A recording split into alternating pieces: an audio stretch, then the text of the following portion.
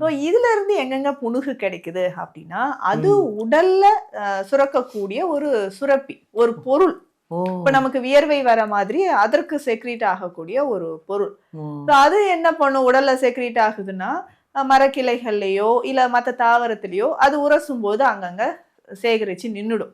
So அத collect பண்ணிட்டு வந்து தான் ரொம்ப நறுமணம் இருக்கக்கூடியது இது. ஸோ அது மட்டும் இல்லாம திருஷ்டிக்காகவும், நெறைய பரிகாரத்திற்கும் இத நம்ம பயன்படுத்துறோம். ஓ! ஸோ இது மக்கள் இதுக்காகவே தனியா இருப்பாங்க.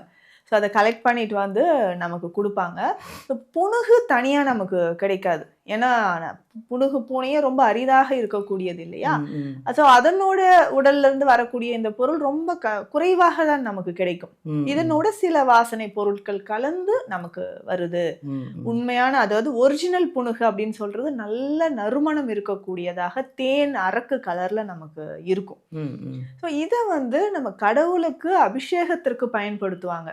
ஸோ இன்னைக்குமே வைத்தீஸ்வரன் கோயில்ல எண்ணெயோட இது கலந்து சிவபெருமானுக்கு பூஜை செய்து அந்த எண்ணெயை நமக்கு பிரசாதமாக கொடுப்பாங்க.